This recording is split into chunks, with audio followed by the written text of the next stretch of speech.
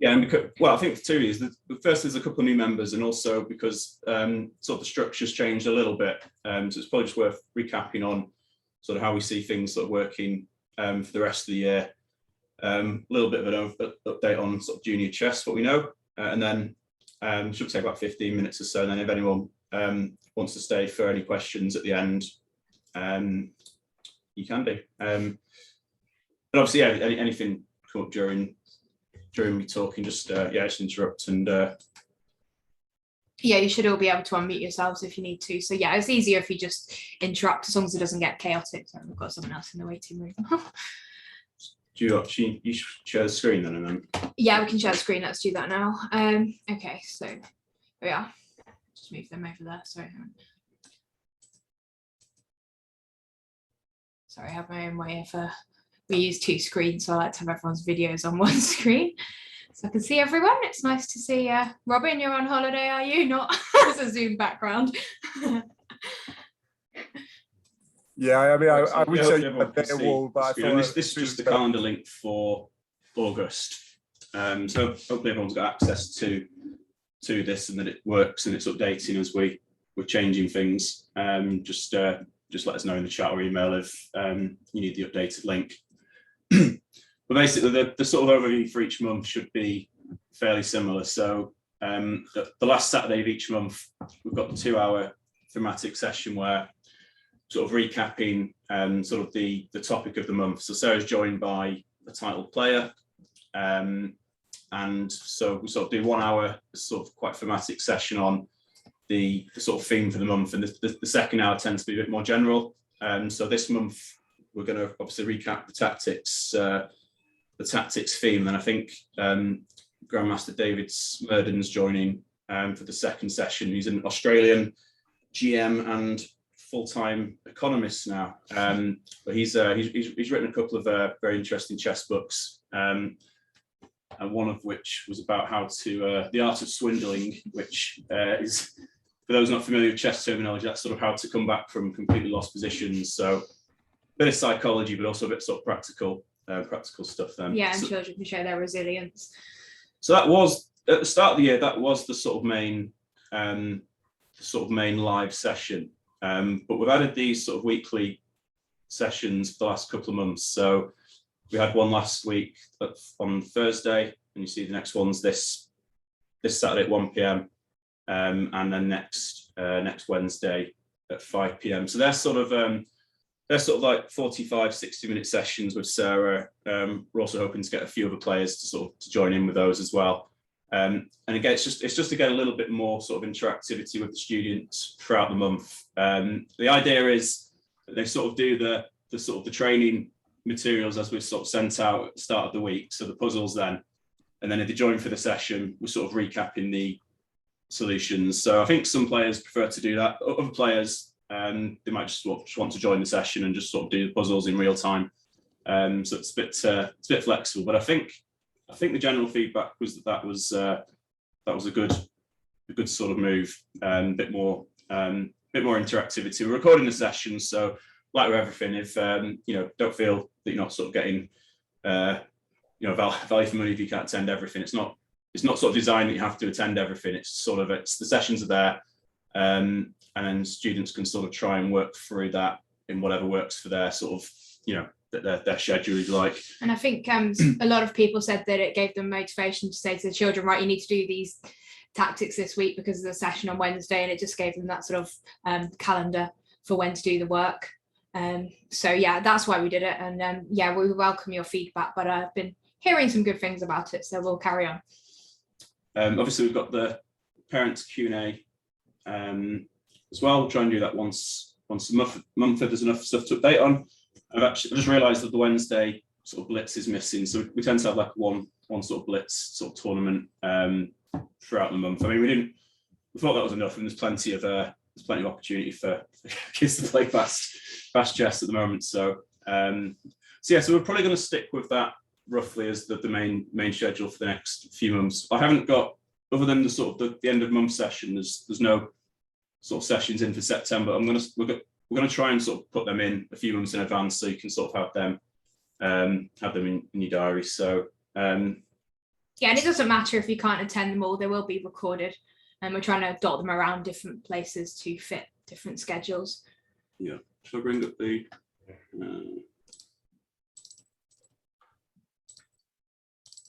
just bring up the materials for the month? Yeah. Just reading the chat. Google Calendar contains everything 100%. Thank you. Thanks, Jerry and Tim. Yeah, this is Robin, shorter, more frequent sessions are better for learning than longer, infrequent ones, but some of the kids miss the social element. Okay, thanks for that feedback. It's good. Yeah, so this again, so hopefully everyone's received this for August. So this is the sort of the materials that go out sort of at the start of the month. There's sort of an overview of the topic. And then the actual training plan is the sort of suggested training plan for the month. So, and again, that sort of ties in then with the weekly sessions that Sarah's running. So the session this Friday will be related to these tactics here. That you click on the link, it takes you to the Lee chess study. Again, these sort of cover quite a range of abilities. So that it's sort of laid out to be quite general. In terms of sort of it covers things really from sort of basic sort of principles through to quite advanced topics. And then the idea is that sort of students find their levels, so that for example in the I could click on this one, you see there's 3 levels for each sort of group. So the idea is, I mean, if I was doing these, I'd sort of start with level 1, because I don't mind sort of easy puzzles. Sort of gets you in the mood and gets you feeling good about yourself. And then if I sort of got to level 2 and I spent an hour on puzzle 1 and couldn't do it, I'd probably think, right, that's enough. You know, it's no point sort of slogging through. You can't sort of do them. So the idea is you sort of find the level you're comfortable with. If people are finding sort of level 3 really, really easy, again, just let us know, and we can sort of up the difficulty level there, or even just send. We're happy just to email through some additional stuff. We've got tons of stuff, so that's not the issue. So yes, that's the sort of training materials. One thing that I think maybe a few of the newer members might not be aware of is this: we have a sort of correspondence ladder tournament in the academy. So there's a Lee Chess team page for it. So that does pop up in the chat.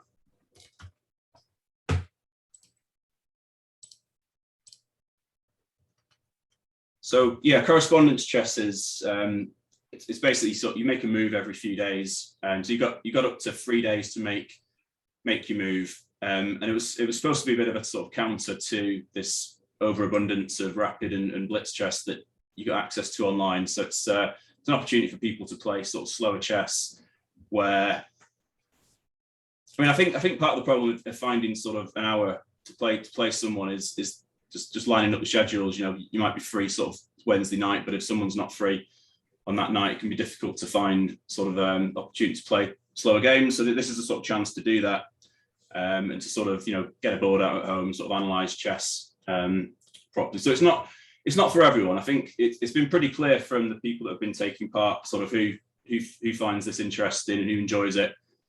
And a few people sort of played a few games. They seem to play even quicker than they did in Blitz, and they've not sort of come back. So again, it's not for everyone, but I think I really enjoy this form of the game. Yeah, so do I, and it's a good revision of openings, because you're allowed to look openings up in books, and you've got the motivation if you've got the position now on your game. Yes, there is a registration form actually. I'll just put this in the chat. So for new members or people that want to join, if you just there's a very short registration form here, and this is the current leaderboard. So basically, the idea is, I don't know if anyone's done a ladder system before, but the new members sort of go to the bottom. You can challenge someone within 4 or 5 spaces of you. So let's say you joined at number 38, and then you challenge Rohit at 35. If you beat Rohit, you take his place. Basically, swap positions, and you sort of try and work your way. You try and work your way to the top of the ladder. We might just change some of the details of the rules if new members join, because we might allow people basically to challenge people a little bit further up to speed it up a bit. I'm also I've added this sort of last result column as well, because there's quite a few players here that have been inactive that I'm going to start shifting down if they don't sort of let me know that they want to play. So yeah, we'll keep it going for those players that are enjoying it and finding it of value.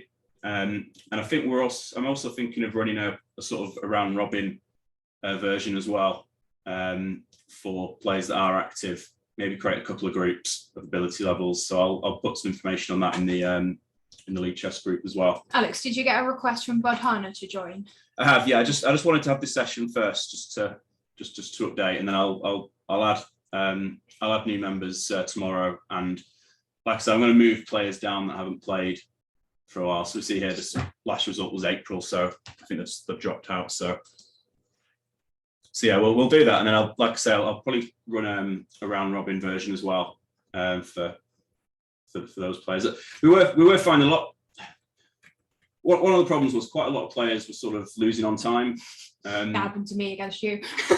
Which is easy. It's really easy to do. It doesn't sort of give you any. Doesn't really give you any warning, and then you sort of just forget that you've got this game going on or something comes up. Even though you've got 3 days to make your move, you can still lose on time. So a lot of games have been cut short from that. But like I said, I think the players that were active have been pretty good with that.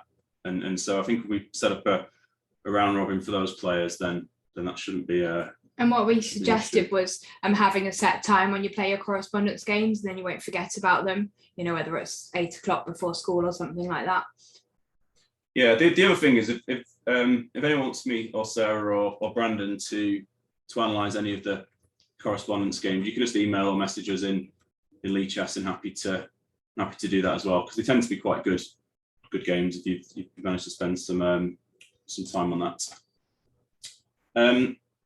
Okay, I'm going to give a quick update on the curriculum, the sort of syllabus projects we were working on. I'll try and bring this up. I shouldn't share my screen at this point, but I'll do it anyway. Let's see if we're using it. Do you want to just? Yeah, unshare for it. Yeah, do it.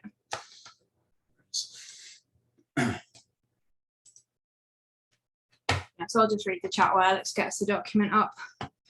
So some good feedback for the round robin. I think it'll be a great idea. So we'll try doing that.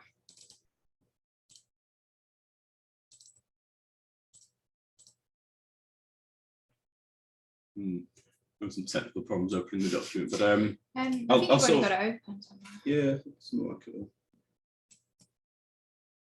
Yeah, we gave a brief update on this in the last session. So the general concept is that we're working with the ECF to sort of develop a sort of chess curriculum from sort of beginner level through to sort of roughly 2200 standard or sort of candidate master, FIDE master level. We're probably academy students are all sort of roughly at sort of level 4 to 6, with 1 being the lowest and 8 being the highest. So they sort of fall into that sort of grouping quite nicely. Then we've got sort of different topics such as tactics, end games, openings, etc.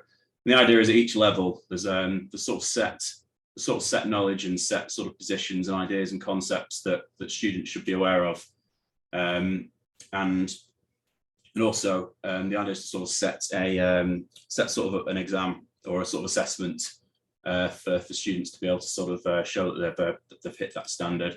There hasn't been a decision yet whether that's going to be a sort of a formal sort of accreditation or it's going to be sort of more of a loose sort of test yourself so you sort of know what to learn next type thing. But what we have actually sort of written a mock paper for levels 3 and 4, which I think a couple of the academy students took last Wednesday. Yes, that's I think right. Rock and Emily had a go.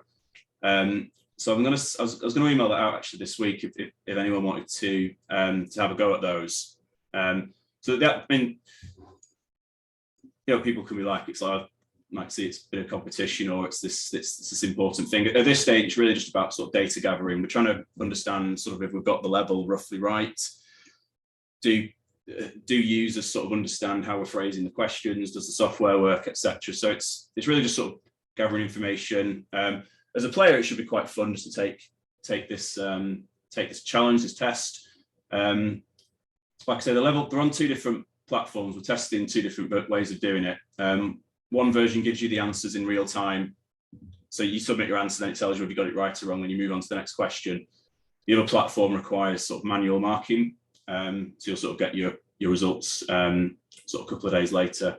But yeah, I'll send an email out with the links to those assessments if any students want to have a go at them. They're supposed to take an hour. So it's sort of a 60-minute sort of time limit, which I think is quite. I thought the 60 minutes would be quite challenging, although quite a few of the students did a bit quicker than that. But it's like a game of chess, really. You don't know how long you're sort of, how many moves you're going to have to make, but you've got a fixed amount of time to do it. So you've got to sort of manage your time intelligently, same as you do in an exam, I suppose. So I think it makes sense to have a time limit. We're not going to do it live. It's just I'll send the link out and students can have a go. Obviously, just try and it's not a competition. We're not going to sort of give them a big well done if they get 100%. So there's no sort of incentive to not do it sort of fairly. And it's the idea is just to sort of see sort of where you're at, and also we can look at it and see if there's any sort of big holes in players' understanding.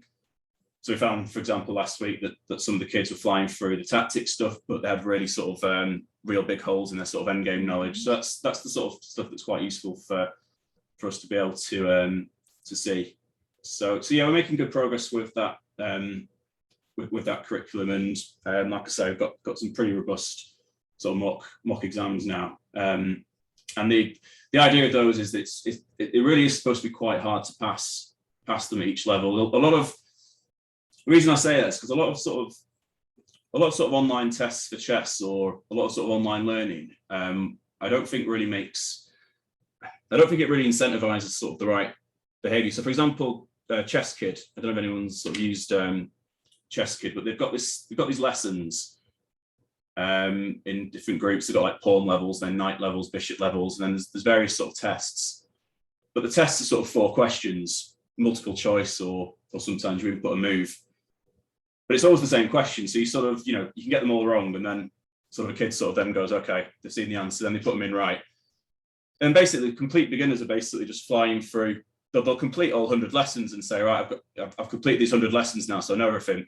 And you tell a parent that might not play chess, it's like, they should be working on sort of, the fifth level or something. Well, my kid's telling me I've completed level 100, so what do you do? So it's, they're not really set up to challenge play. So the idea of these exams is that it's there's a lot of questions. They're quite tricky for the level, and also you get one shot at it. So the next exam will be completely different questions. So I think it's quite unique in that sense. I've not seen many other sort of programs attempting this. So it's a new idea, and we're going to give that a shot. But we're just sort of data gathering at the moment in terms of getting some sort of some answers in and seeing if we're on the right track with that. I don't think Aaron's. Let's just let Ria in as well.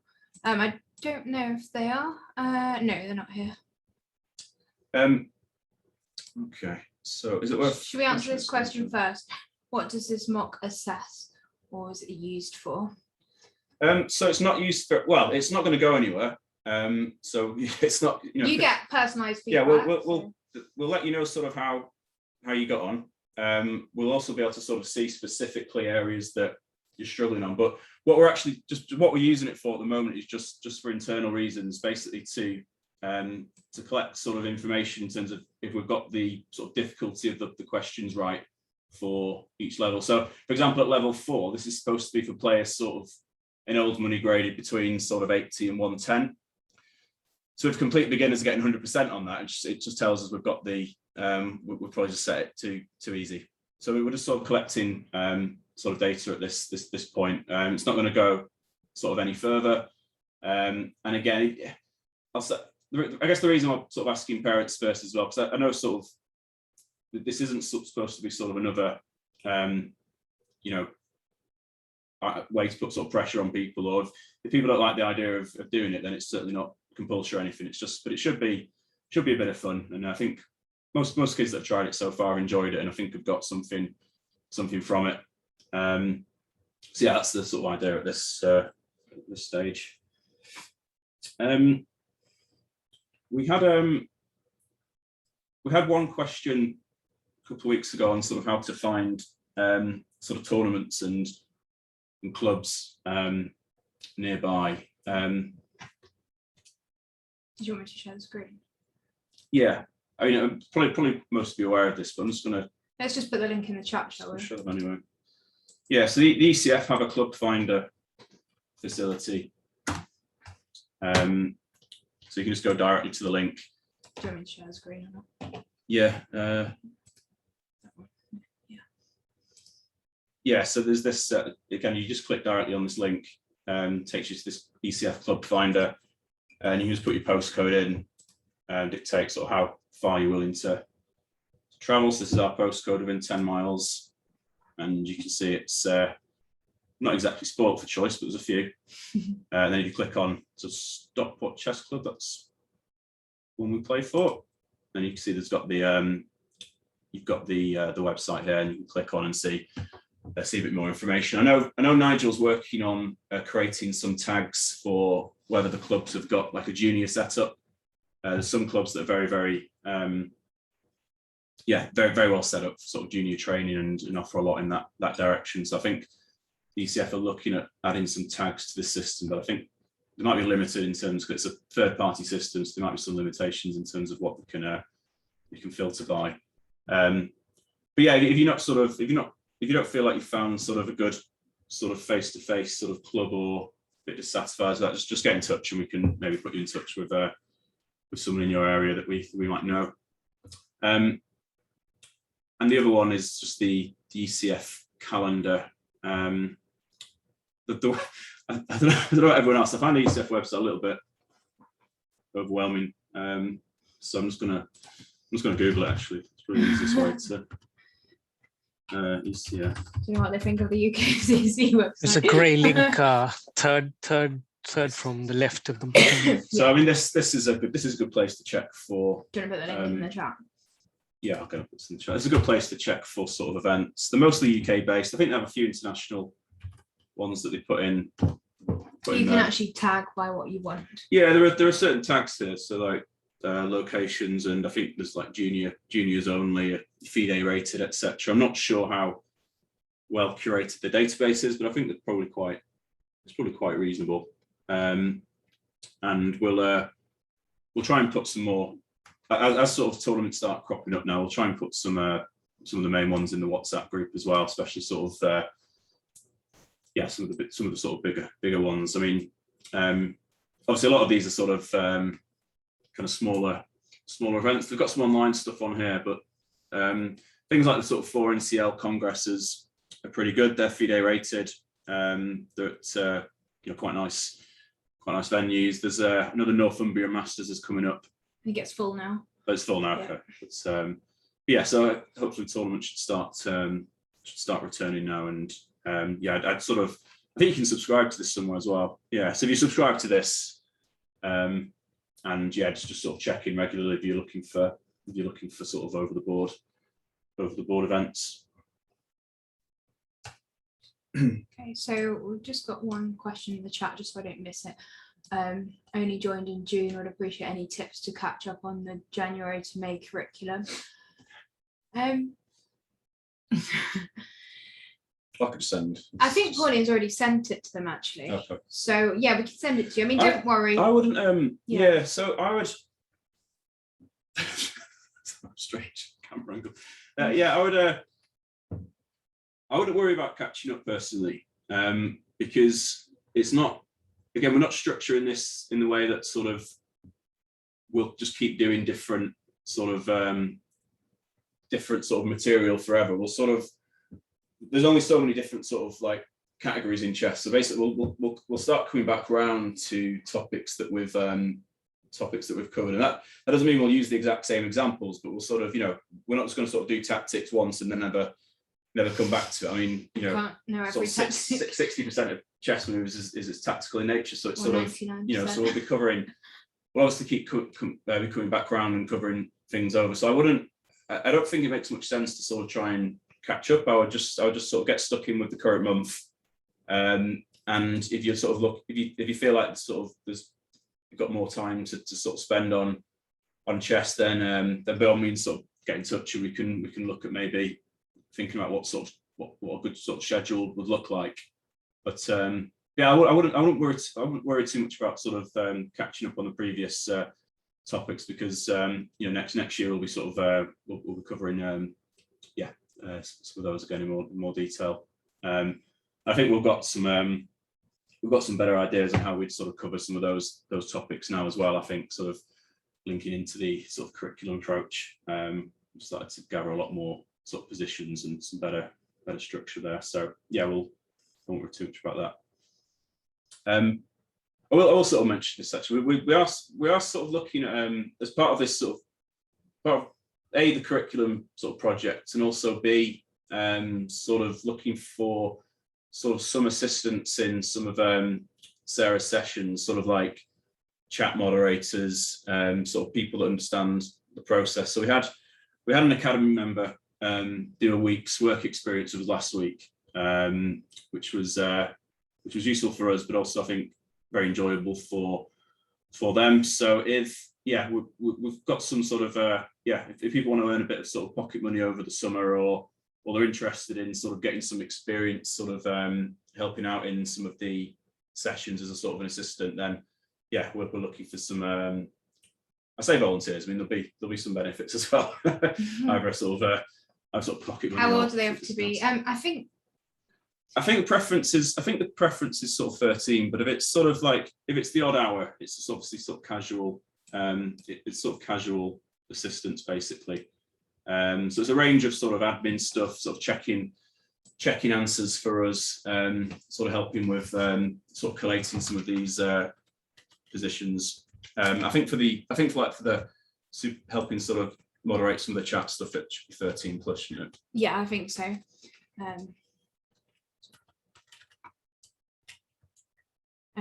Great. Okay, so yeah, just get in touch if you're interested, because I actually found that having an Academy member that's really in there with lead chat and to know what they're doing was just so helpful last week. I was like, oh wow, this was great.